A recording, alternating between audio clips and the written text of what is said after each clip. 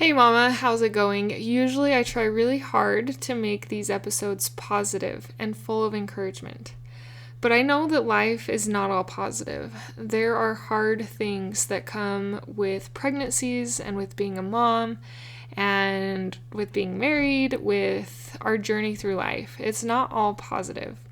Now, I do admit that I have found a lot more joy in my life since I've chosen to find more positivity, but I still experience a plethora of hard times. And today I want to share some thoughts I have on my mind over motherhood. And I don't have any notes. Usually I have notes when I do an episode, but this time I do not have notes, and I'm just going to share with you some things that are on my mind and heart in regards to raising children. Hi, I'm Jocelyn, fellow mom of 5 and host of the Positivity in Pregnancy and Motherhood podcast. I help pregnant women and mothers to find the positivity in their season of life through changing their thoughts to work for them and not against them.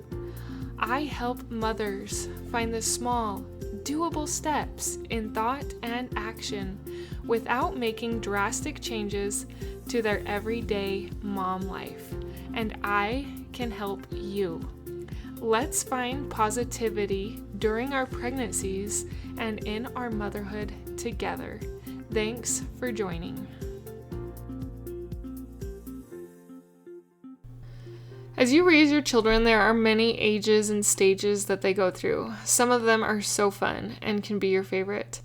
Others can be rather frustrating and annoying and make you want to pull your hair out. One of my favorite stages is when my kids have been 2. I know people say terrible 2s, but I have actually loved the age of 2 with all of my kids thus far.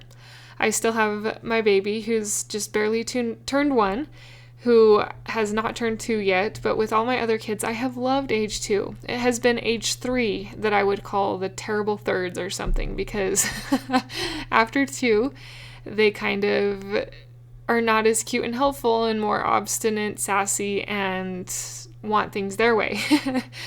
Anyway, so those are a couple of the stages where I have noticed significantly that I really like them, or it's not my favorite. And I wouldn't say I'm in a stage with my kids right now that is not my favorite, but I just am doing some self-introspection, some self-thinking, and how am I being perceived to my children? And I got to thinking about that today with one child in particular, and I just felt very heavy and very negative. Like I couldn't do anything right. I couldn't say anything right to this child at the right time. Everything I asked was just phrased the wrong way or seemed to make them frustrated. And like it just has felt like there's like a division and not a connection. And I just have felt like I am a bad mom. Now, there hasn't been like anything huge that has happened. It's just been a lot of little things. I'll give you an example. I asked this child to put some things in the car, and they only put a couple of the things that I asked. And like it just seems over and over again, this child is not very thorough or does not listen very good with what I ask them to do. And it like has been a little frustrating. And then I say, well, you didn't do the whole job. And it's like very accusatory and not uplifting. I don't feel better when I say things like that to this child, and the child doesn't feel better. And it has just been weighing on my mind that I am not a good mom. And actually, as I was trying to think about this episode and I was trying to think of what to do, nothing was coming to mind, which sometimes does happen in podcasting. I don't have a brilliant idea of what I want to talk about. And so that's why I have decided to share a little bit what was on my mind and heart. And as I was thinking about how difficult this has been lately with this child for some reason, this little stage or season, I got to thinking about the thoughts I was having about myself. So I kept telling myself that I don't handle things right with this child. I am too accusatory, or I'm too type A, follow the rules, and I don't let this child be more spontaneous. and I should. And like, I was just thinking a lot of negative things about how I was handling these situations. And I realized that that is not helping me, and it is not helping the child to stay in negativity over all the things I am doing wrong. And so I don't often come to these conclusions, but today it came to my thoughts that I need to think of the things I have done right, or the things I am doing right to help my relationship or to be a good mom to this child. And there are a lot. Last night we went worm hunting and found night crawlers. Today I spent full 10 minutes undivided with this child, just doing what they wanted to do. I actually do that with all of my children. It's called mom time, and they get to pick what they do, but that's a good thing that builds the relationships. I try to make healthy food for my kids, and I try to teach them and read to them. And so I hope all those good things build the relationship, but I also realize that I can improve. And another thing that came to mind when it came to this child is an experience I had in the temple. I was feeling lacking in my relationships with my children, and I wanted to improve them. Like, they were still young, but I felt that each child needed something.